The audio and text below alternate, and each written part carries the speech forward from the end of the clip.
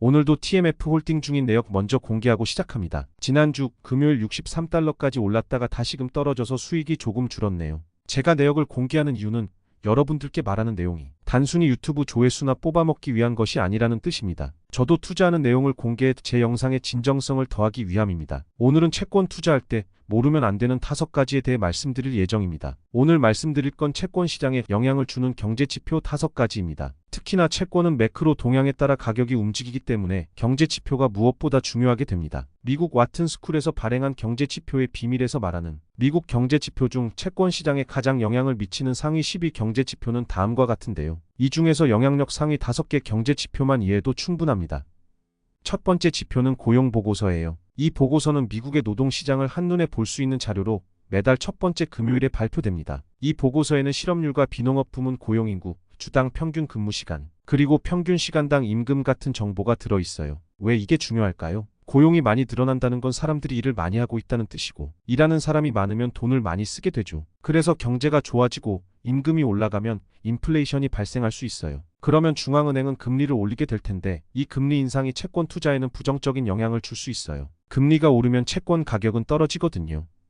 반대로 고용이 둔화되어 금리 인하가 기대되면 채권 가격이 상승하기 때문에 채권 투자에는 수익을 줄 수 있게 됩니다. 특히나 지금 연준은 고용에 집중하고 있기 때문에 고용 보고서는 앞으로 필수적으로 봐야 해요.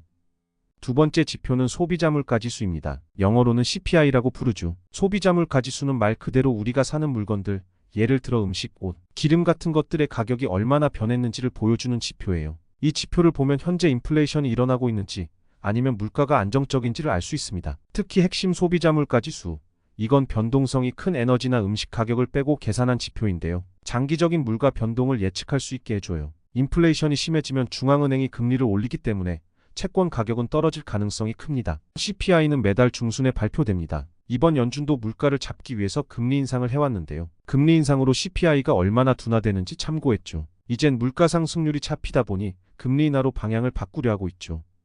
세 번째로 중요한 지표는 제조업 구매자 지수, PMI라고 합니다. 이 지표는 미국 제조업의 건강 상태를 보여줘요. 미국의 경제에서 제조업이 큰 비중을 차지하기 때문에 제조업이 잘 돌아가면 경제도 좋아진다는 신호입니다. PMI는 50을 기준으로 움직이는데 50보다 높으면 제조업이 성장하고 있다는 뜻이고 50보다 낮으면 위축되고 있다는 의미입니다. 만약 PMI가 계속 높다면 경제는 활발해지고 인플레이션을 걱정해야 할 수도 있어요. 그리고 인플레이션이 오르면 금리 인상 가능성이 높아지겠죠. 그러면 채권 가격은 하락할 수 있습니다. 반대로 PMI가 50 아래에 있으면 경기 침체를 가리킬 가능성이 높습니다. 따라서 금리 인하에 영향을 줄 수 있겠죠. 그러면 채권 가격은 상승할 수 있고요. PMI는 매달 초에 전월 수치가 발표됩니다.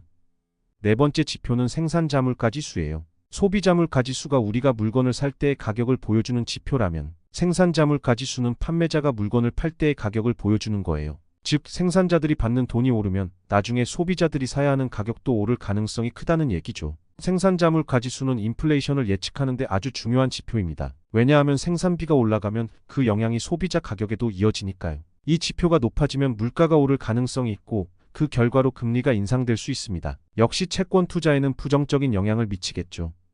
마지막 5번째 지표는 주간 실업수당 청구 건수입니다. 이 지표는 매주 목요일에 발표되는데요. 쉽게 말해 일자리를 잃은 사람들이 실업수당을 신청한 숫자를 보여줍니다. 실업수당을 신청하는 사람이 많아지면 경제가 나빠지고 있다는 신호로 해석할 수 있어요. 반대로 실업수당 청구 건수가 줄어든다면 경제가 회복되고 있다는 뜻입니다. 만약 청구 건수가 증가한다면 경기가 침체될 가능성이 높고 중앙은행은 금리를 낮추려고 할 수 있어요. 이 경우 채권 가격은 오를 수 있겠죠.